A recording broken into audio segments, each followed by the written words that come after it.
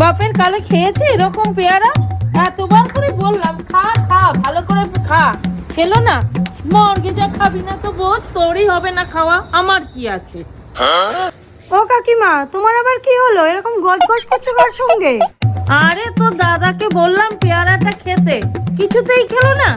নে তুই খাবি, তাহলে খা। এই দাও দেখি। नहीं नहीं नहीं नहीं सारुण के यहाँ कुछ तो गड़बड़ है। रुको जरा, सबर करो। কাকিমা পেয়ারা তো খুব মিষ্টি গো, ভালোই তো খেতে। बात तो सही है। হ্যাঁ রে, তার বলছি কি, কেবল আসার পথে একটু গোবরে পড়েছিল, তা আমি ধুয়ে মুছে দিয়েছি, কোনো অসুবিধা নেই।